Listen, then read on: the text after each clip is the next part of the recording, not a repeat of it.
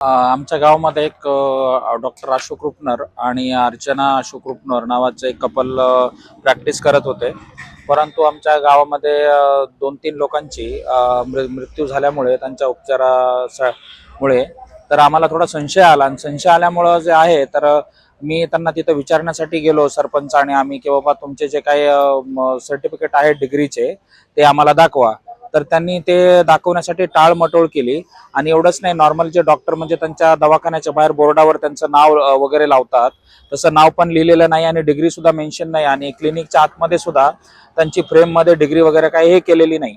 मग ज्यावेळेस आम्ही ते ऑनलाईन DG KYD नावाची जी वेबसाईट आहे महाराष्ट्र काउन्सिल ऑफ होमिओपॅथीची त्याच्यावर सर्च केला असता त्याच्यावरती काय ते आम्हाला त्यांचं काही प्रकारे रेकॉर्ड मिळालेलं नाही आणि त्यांच्या पत्नीचं मिळालं.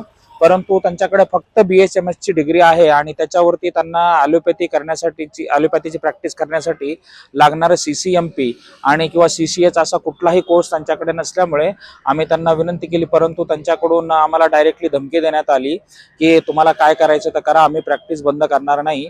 आणि आमची आता त्या संदर्भात मी जिल्हाधिकारी महोदय आणि SP साहेबांना एक आवेदन दिलेलं आहे. त्याच्यामध्ये माझी अशी विनंती आहे की त्याच्या असल्या बोगस डॉक्टरांवरती ज्यांच्यामुळे की ग्रामीण भागातील गोरगरीब लोकांना चांगला उपचार नाही मिळत आणि त्यांचा जीव खतऱ्यामध्ये घालावा लागतो, त्यासाठी विनंती आहे की अशा डॉक्टरांवरती, बोगस डॉक्टरवर कठोर कारवाई करावी आणि गरिबांना न्याय द्यावा. आणि मी हे सगळं एक सामाजिक कार्यकर्ता म्हणून करत असल्यामुळे त्यांनी डॉक्टरकडून आणि डॉक्टरच्या परिवाराकडून माझ्या घरच्यांना धमक्या मिळत आहेत जीवे मारण्याच्या आणि मला सुद्धा.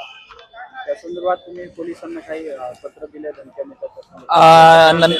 आज देणार आहे कारण सध्या हेच दिलेलं, कारण हे आवेदन दिल्याच्या नंतर धमकी आलेली आहे आणि त्याचे वडील माझ्या घरी गेले होते, माझ्या आईला वगैरे धमकी दिलेली आहे. त्याच्यामुळे मी त्या संदर्भात आता लगेच एक आवेदन देणार आहे SP साहेबांना.